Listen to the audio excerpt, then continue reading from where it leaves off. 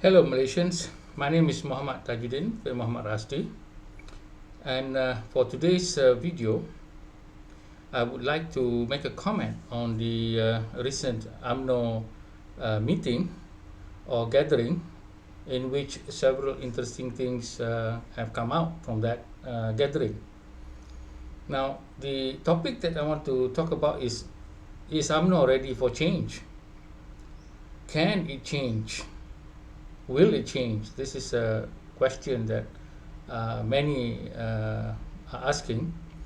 And even though we can say that in gatherings such as this, there is both an equal amount of real content, but there is also an equal amount of what is called political optics, of which I have already explained. Now, political optics are both, whether you want to change or not, it still requires optics. It's a matter of looking at something beyond the gathering and also what's happening in the country in order to judge whether UMNO is serious enough to change or not. First of all, let's go over what was said with regard to the ability to change. Now, in many of the speeches, there are two kinds of narrative here. One can be considered an old narrative. The other one seems to be a new narrative. Let's start with the new narrative.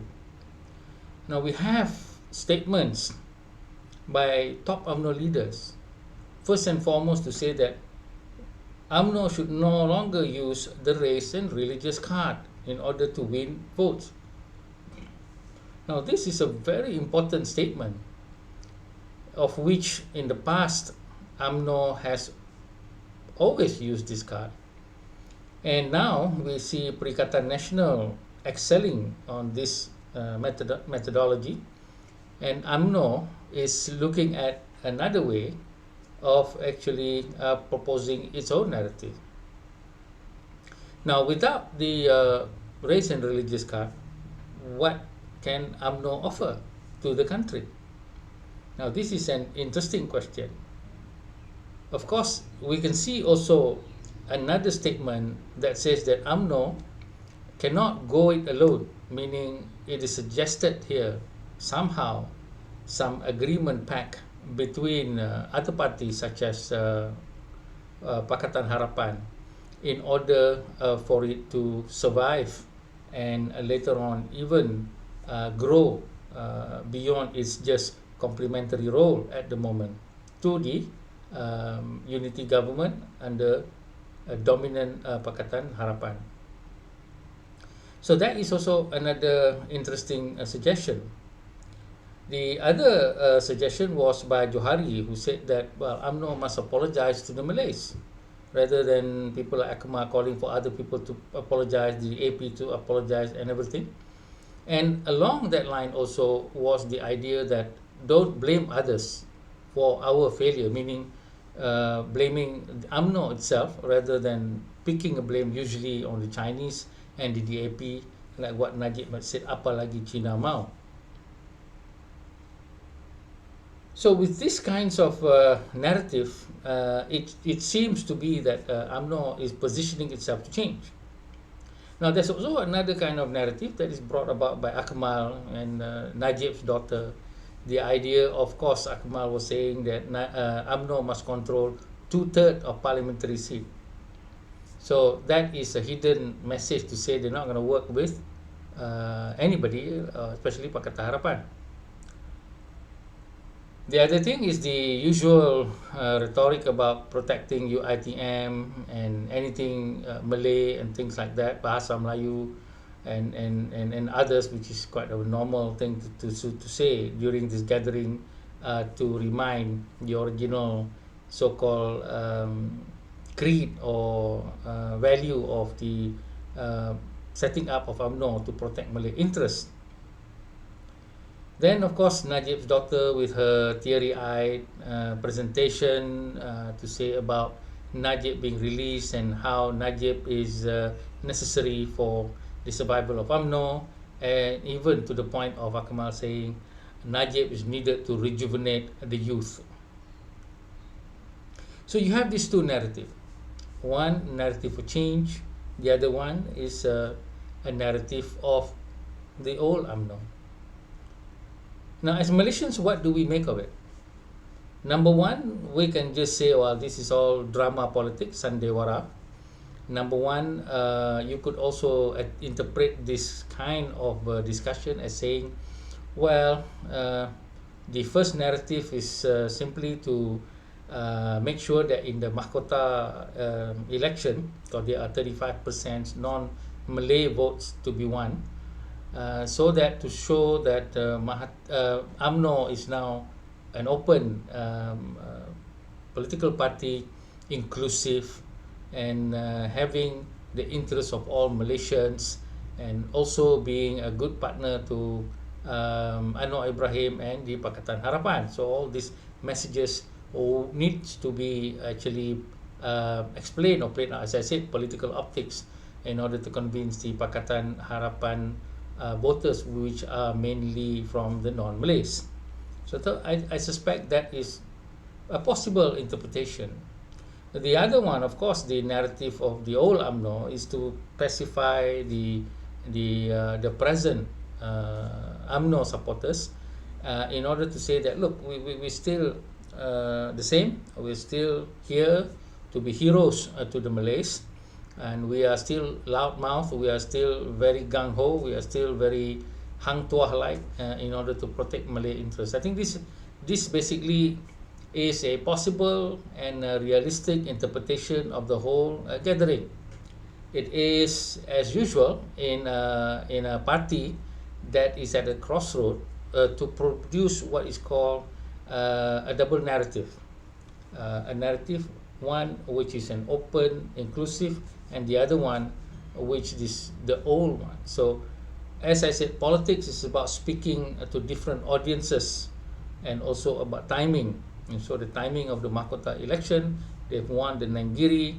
Now, if they could win very handsomely in Mahkota, that may be something of a huge morale booster for UMNO, in order to regain its strength and popularity. So that's one interpretation.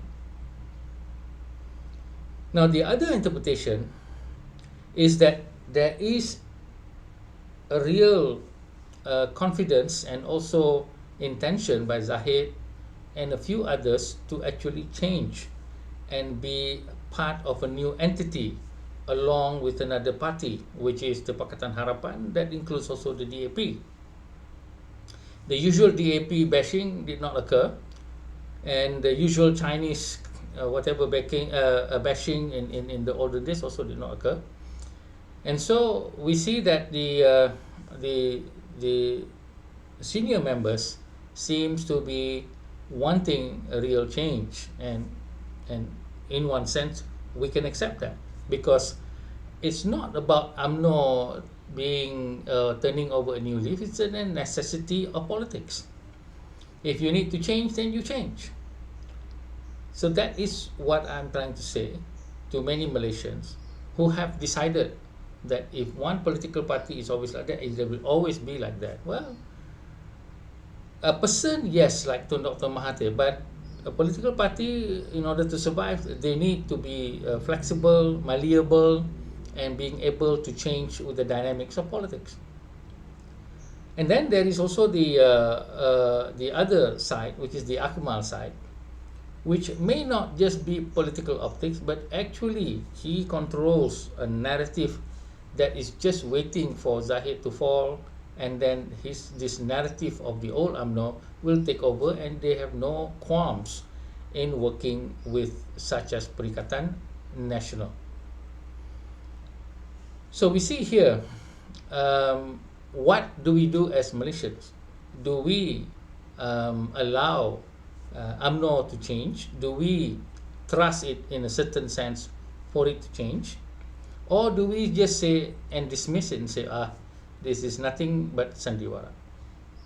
Now, I would like to explain my position on this. I understand both narrative, both sides, because as an academic, I've watched Malaysia for 25 years.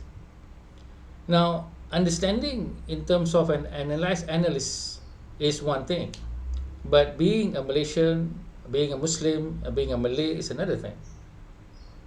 Okay, so what I'm trying to say here is that if UMNO shows that they want to change, I for one, even though I have not been supporting UMNO for many years since the Reformasi days, I am willing to help UMNO to change. I'm going to propose to them to have a forum or a podcast with several, maybe 10 or 20 intellectuals, Malay, who actually dare to speak against the mainstream of Malay populist ideas like religion, like race, like a very distorted or very narrow interpreted history, or the idea of a safe economy.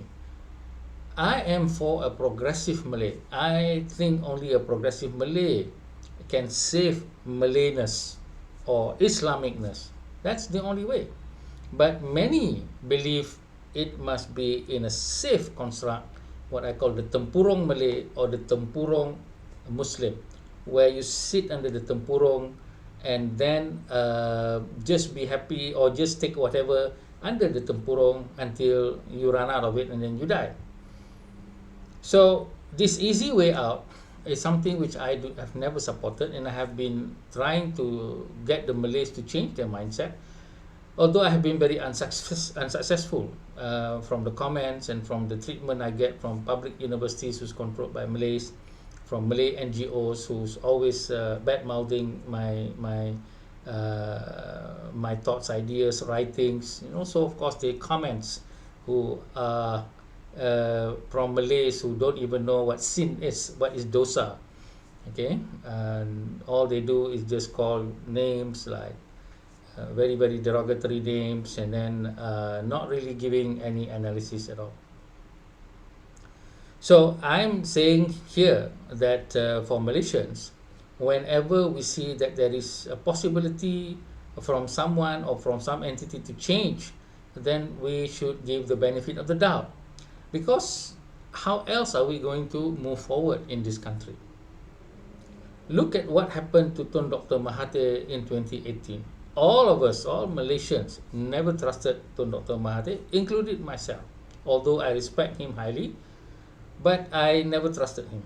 But then the opportunity came to work with Bersatu under Muhyiddin and Dr. Mahathir, two entities that you should never trust. But we did trust them. And I've always said that we must trust them until about 6 months to a year, but then we need to retake the narrative back, but then that's easier said than done. Mahathir was way ahead before, on the first day of swearing in, he's already planning the downfall of the Pakatan Harapan government, which he helped to win, because no one can deny that without Mahathir's help, that the Pakatan Harapan would never even reach Putrajaya. That is a fact that I myself believe, even though the groundwork has been done by the Pakatan Harapan people, but Mahathir was the one that pushed it over the top, and then that is what happened. So if we could have that trust again, then we could achieve something. But then we need to manage the aftermath of it.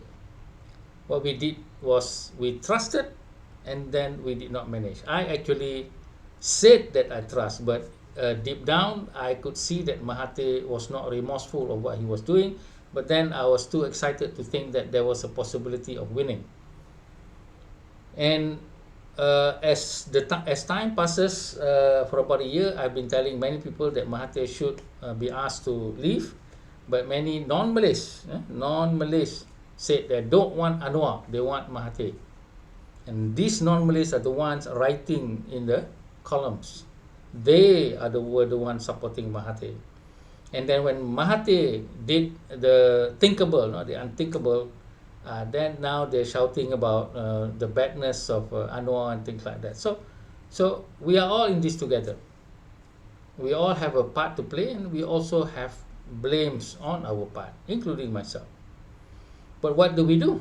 This is life, and in life we get back up, and then we move forward. Now, how do we move forward? And I said, now with UMNO, that I'm willing to accept that they want change. And I have spread some words that, look, I can be of help in this change. If they are serious, then they will answer. If they are not serious, then I will come back to the YouTube and say, I've tried, these people are not serious. But I can see the political dynamics that UMNO is in. So I do know that they would love to just be like the old ways and come back into dominance. This is what Akmal is saying. But another group feels that no, it's not as easy as that, okay? Because the narrative has already been hijacked by PAS and Bersatu. So they need a new narrative in order to survive. And later on, if they are already in power, well, they might change back to the old narrative. That's how politics is. They will be changing all the time. Now, as Malaysians, if we want to be part of the change in Malaysia, we need to understand this dynamic. We need to understand the political optics. We need to understand what is the content and what is something that is desperate for them to do. So unless and until we are intelligent and not just say, oh, UMNO in the past is like this, it will forever be like this.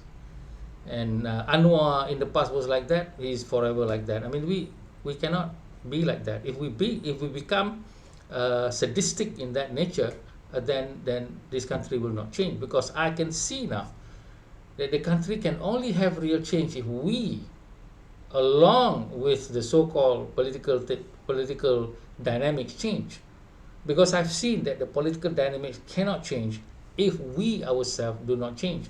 What do I mean by change? By changing our perspective, by learning more, by accepting more, by having some trust, even though it may later on become failure, but we must have a trust again. So it's like our children. When we give them the trust and they fail, or they fail us, then we give them. We don't give up. We just continue. And in this continuance is the real change and the real maturity. Of course, it's very easy to complain like this, complain like that, like some people in the United Kingdom sitting down, making YouTube videos while comfortably there, and getting money by giving negativity. Negative, negative, negative, negative, negative. No practical solution. Of course, they say we have practical solution, but their solution does not take into context Islam, Malayness, and what we are facing at the moment. If you are really serious, then you must come down, make up your own political party. We need a new political party. We need new faces. But in the absence of these new faces, in the absence of new realistic potentials, then we need to have some old faces and maybe insert some new faces within the old, within the present political setup. So I think, in conclusion, I think that the message of change can be interpreted as real. We can just ignore some of those negative narrative or old narrative, and then we can open our hearts and, on my part, actually be part of the change in terms of creating a framework of intellectual discussion so that the society of Malays can understand and can change and leave this perkauman as well as this religious extremism of what Perikatan Nasional now has been doing for the last 2 years. So with that, I hope that all Malaysians can have what we call kelapangan dada to actually allow the possibility of change in UMNO. Thank you.